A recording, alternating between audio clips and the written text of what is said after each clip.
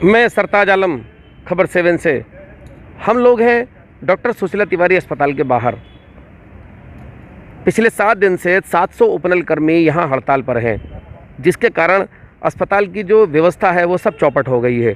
प्रथम दृष्टता जो देखने से महसूस होता है वहाँ सफाई का एक बड़ा मामला है। यहाँ पर सफाई बिल्कुल नहीं हो पा रही है। जैसे तैसे अस्पताल के जो कर्मी हैं वो बाहर से हायर करके कहीं से कुछ भी करके थोड़ी बहुत सफाई करा रहे हैं, लेकिन गंदगी है कि बजा रही है। कोविड-19 सेंटर सरकार ने इसको घोषित किया, लेकिन अब लगता है कि महामारी का सेंटर ही बन गया है। जगह जगह ग्लव्स पड़े हैं, मास्क पड़े हैं, जो ब्लड की पट्टियां हैं वो पड़ी हैं, सिरिंज पड़ी हैं, कोई उठाने वाला नहीं है।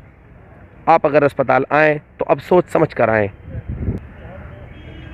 आइए जानते हैं अस्पताल का हाल कैसा है, और यहाँ पर मरीज़ों से भी हम बात करने की कोशिश करेंगे, उनके तीमारदारों से भी बात करने की कोशिश करेंगे, और अस्पताल का जो प्रशासन है हम कोशिश करेंगे उससे भी ये जानने की कि आखिर इस हड़ताल के बाद किन किन विभागों में क्या क्या अव्यवस्था हुई है और किस किस तरह की दिक्कतों से मरीज़ और अस्पताल प्रशासन सब दो चार हो रहे हैं। डॉक्टर सुशीला तिवारी अस्पताल उत्तराखंड के बड़े अस्पतालों में एक है। पहाड़ों के मरीज़ यहाँ पर आते हैं। हल्द्वानी शहर तकरीबन 5 लाख की आबादी का शहर है, जो कि इस अस्पताल पर काफ़ी हद तक निर्भर करता है। लेकिन 700 उपनल कर्मियों की हड़ताल के बाद यहाँ गंदगी के अंबार हैं। टॉयलेट्स आप देख रहे हैं कि उसको यूज़ मरीज़ आखिर कैसे करे। एक तरफ उपनल कर्मी है तो दूसरी तरफ सरकार है। दोनों ही अड़े हैं और खामियाजा भुगतना पड़ रहा है मरीज़ों को। मरीज़ अपनी बीमारी का इलाज कराने जाता है, लेकिन हर तरफ आप देखेंगे कि गंदगी के अंबार हैं। बायोमेडिकल वेस्ट कहीं पड़ा हुआ आपको मिलेगा, तो कहीं खून से लथपथ सुइयां आपको मिलेंगी, कहीं ग्लव्स आपको पड़े हुए दिखाई देंगे। ये सब कुछ सरकार की नाक के नीचे हो रहा है। ऐसा नहीं है कि सरकार को इस सब का अंदाज़ा नहीं था। उपनल कर्मी पहले भी एक बार 7 महीने की हड़ताल कर चुके हैं।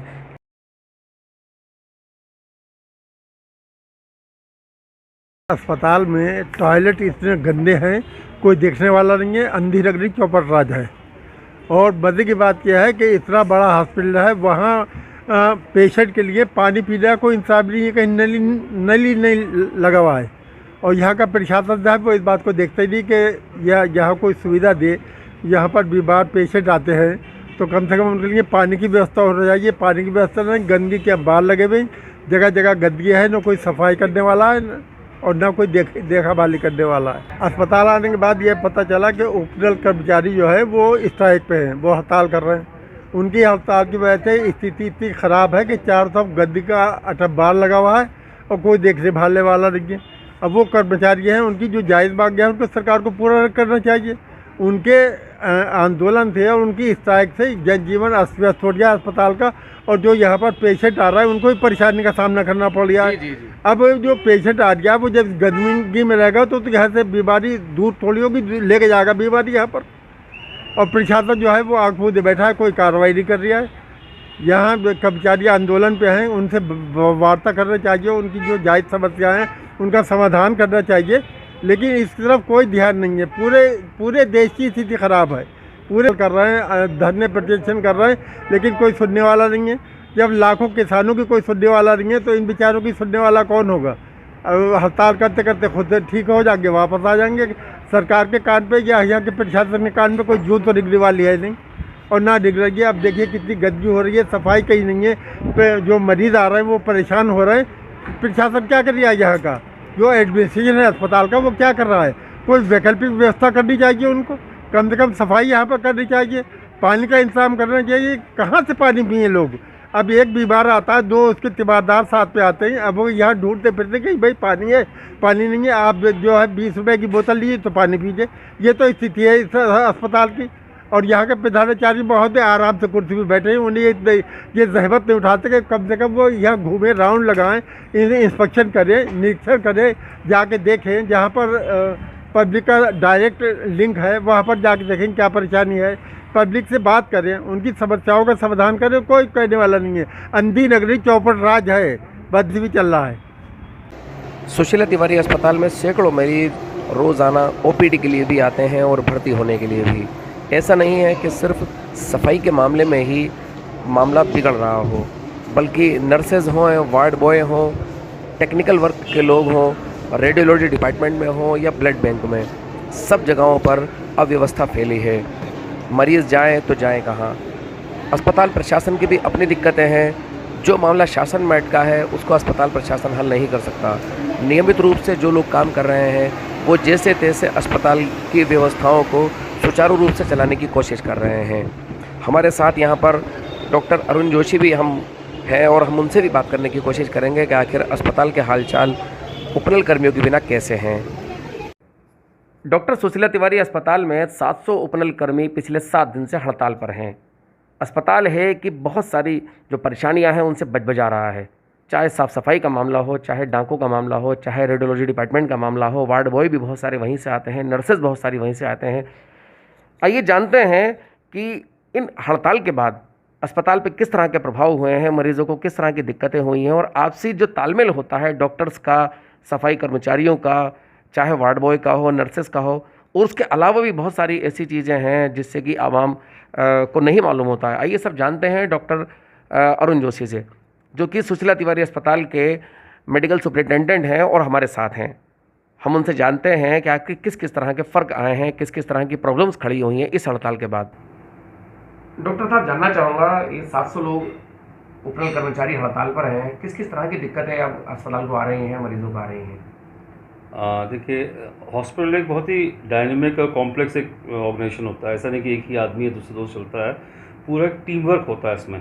ऊपर सीधा अस्पताल के जो पेशेंट केयर में कॉम्प्रिहेंसिव केयर जो है उसमें डॉक्टर की अहम भूमिका है, फिर नर्स की है, फिर टेक्नीशियन की है, फिर उसमें जो सफाई कर्मचारी हैं, फिर जो वार्ड अटेंडेंट्स हैं, वो सब एक टीम वर्क के तहत चलते हैं। हर एक का अपना काम डिफाइंड है और हर एक का ही इक्वली इंपॉर्टेंट रोल होता है।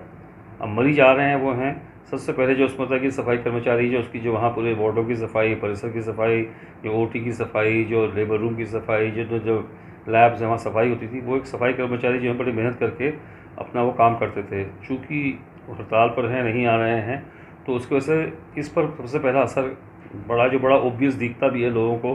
बोला गंदगी बढ़ी है।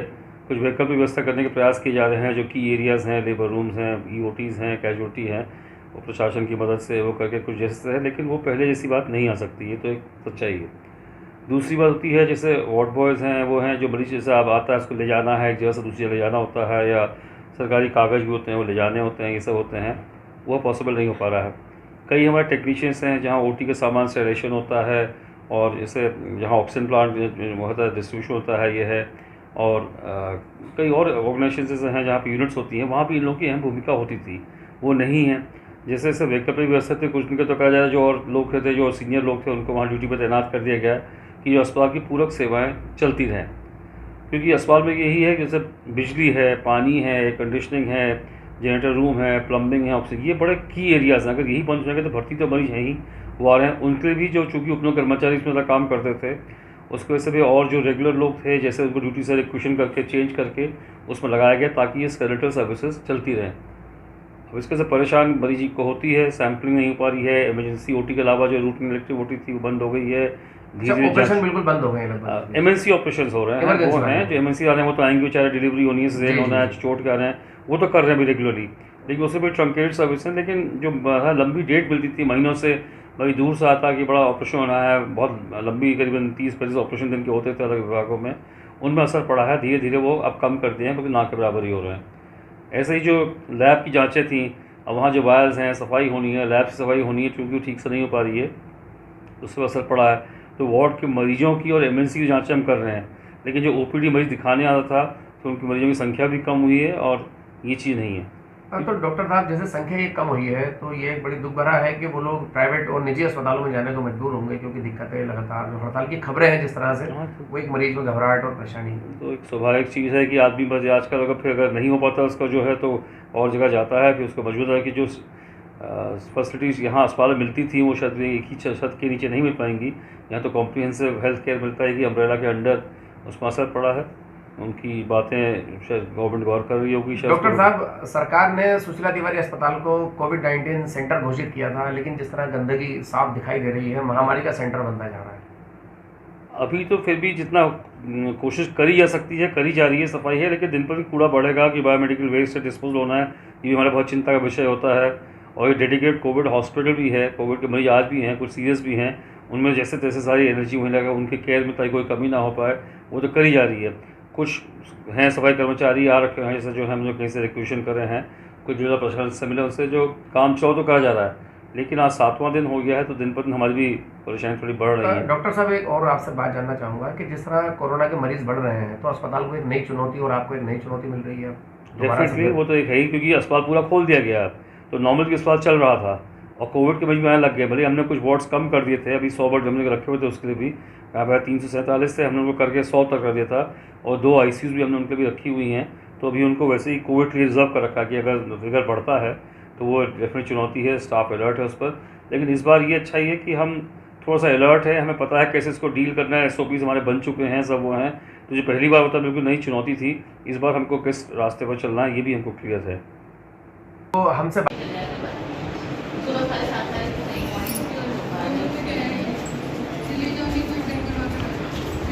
हम लोग इस समय सर्जरी वार्ड के बाहर हैं और यहाँ देखेंगे आप अंदर से ही जहाँ दवाइयाँ हैं वहीं पर गंदगी है, जिसको आप बखूबी देख सकते हैं।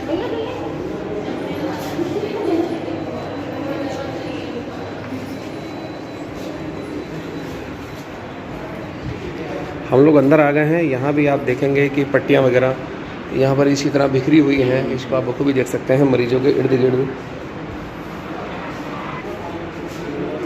कूड़ा वगैरह उठा तक नहीं है, और क्योंकि यहाँ पर कर्मचारियों की हड़ताल है। इसको भी आप यहाँ पर ये सर्जरी वार्ड है, यहाँ पर आप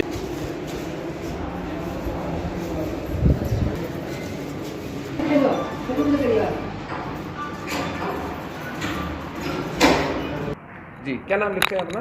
नसरत नसरत जी। अब बताएंगे यहाँ पर आप यहाँ पर भर्ती हैं तो यहाँ साफ़ सफाई का क्या हालचाल है, बताएंगे? सफाई का तो ये है कि कुछ दिन पहले जब हम आए थे तो बहुत साफ़ सफाई थी, हरकत हो रही थी, मगर अब जब से 8-10 दिन हो गए जब से नहीं हो रही साफ़ सफाई, गंदगी है। गंदगी है, बहुत इस ज़्यादा। गंदगी से तो और भी ज़्यादा डर लगता होगा फिर हाँ बीमारियाँ फैलने का। जी, वो तो हम खुद कर ले रहे हैं साफ़ सफाई अपने वार्ड में, जब पेशेंट है तो हमारा। अच्छा, खुद ही आप साफ़ सफाई कर रहे हैं? हाँ, यहाँ की क्योंकि यहाँ पर झाड़ू- आप यहाँ पर अभी हम लोग देख रहे हैं, यहाँ पर आसपास भी आपके पट्टियाँ पड़ी जी। हैं, कपड़े पड़े हैं, जी। दिक्कतें हैं। क्या चाहते हैं, क्या कहना है? कहना तो ये है कि सफाई इन्हीं लोगों का काम है जो करना है का सफाई। अब ये कि हमारा पेशेंट सही है, हम तो बच जाने की कोशिश कर रहे हैं, जल्द से जल्द यहाँ जल्द से जल्द जाने की कोशिश कर रहे हैं। ठीक है, बहुत शुक्रिया। से। उनका साथ रखते हैं, हमारे रखने को भी दिल नहीं चाह रही है, मुझे जाना पड़ रहा है मजबूरी में कहाँ पर? टॉयलेट में। और ये कि बीच में सब खून वून सब पड़ा हुआ है, अट्टी पट्टी सब पड़ी हुई हैं। फिर भी डॉक्टरों ने किसी बाहर वालों को बुला रखा है साफ़ सफाई के लिए कि हमारा मरीज़ बीमार नहीं हो जाए फिर से। नीमा जी माँ, ये जानना चाहता हूँ यहाँ पर साफ़ सफाई के बारे में क्या कहना है? हाँ, साफ सफाई होनी चाहिए। फिर यहाँ गंदगी बहुत हो रही है, आजकल बीमारी ऐसी है और हमको भी परेशानी हो रही है, आने जाने वालों की भी परेशानी है। और डॉक्टर साहब तो देख ही रहे हैं, जो ये कर्मचारी हैं उन्होंने साफ़ सफाई पर ध्यान रखना चाहिए।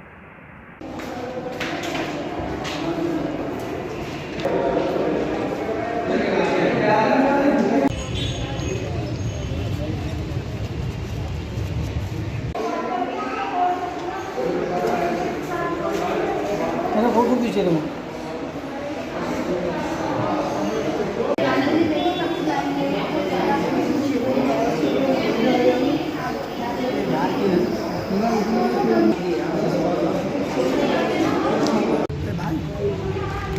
पता करना था, एक लड़का आया है।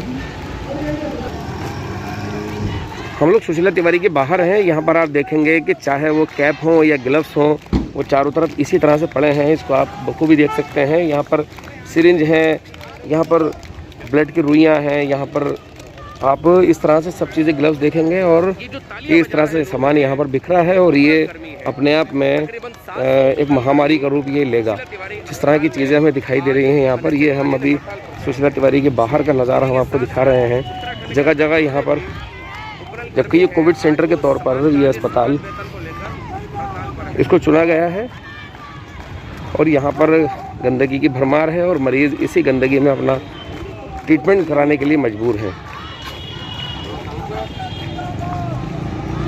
ये मेडिकल स्टोर के सामने भी आप यहाँ पर देखेंगे इसी तरह की गंदगी ये यहाँ पर है।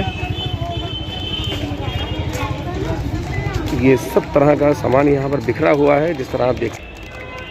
तो साथियों, हम आपको दिखा रहे थे सुशीला तिवारी अस्पताल की अव्यवस्थाएं। जिसमें सफाई मुख्य मामला है जो कि प्रथम दृष्टता दिखाई देता है। उसके अलावा भी जो यहाँ के मेडिकल सुपरिटेंडेंट हैं डॉक्टर अरुण जोशी, वो हमें बता रहे हैं कि आखिर सफाई ही नहीं, चाहे नर्सेस का मामला हो, वार्ड बॉय का मामला हो, टेक्नीशियंस का मामला हो, क्लर्क का मामला हो, हर विभाग में परेशानी और दिक्कतों का सामना अस्पताल प्रशासन को करना पड़ रहा है। 700 उपनल कर्मी समान कार्य समान वेतन को लेकर पिछले 7 दिन से अनिश्चितकालीन हड़ताल पर हैं। एक दिन वो कार्य बहिष्कार पर रहे और 6 दिन उनको लगातार अनिश्चितकालीन हड़ताल पर हो गए हैं। सरकार और उपनल कर्मी अड़े हैं और उनका खामियाजा मरीजों को भुगतना पड़ रहा है। हालांकि उपनल कर्मी लंबे समय से अपनी मांगों के लिए वो आंदोलनरत रहे हैं और हाईकोर्ट ने भी समान कार्य समान वेतन के लिए बोला है, आदेश दिया है। लेकिन सरकार इस आदेश के खिलाफ सुप्रीम कोर्ट चली गई, जिसको लेकर उपनल कर्मियों में और भी ज़्यादा नाराज़गी है। तो साथियों, हम ये आपको हल्द्वानी सुशीला तिवारी अस्पताल में तमाम जो सफाई के मामले हैं, उसके अलावा कई और चीज़ें हैं, हम आपको इसको दिखा रहे थे। आप हमारे यूट्यूब चैनल को सब्सक्राइब करना ना भूलें और हमारे खबर 7 लाइव के फेसबुक पेज को भी लाइक करना और शेयर करना ना भूलें। साथियों, मैं चलता हूं, मैं आपका दोस्त, आपका भाई, मैं सरताज आलम, खबर 7 हल्द्वानी।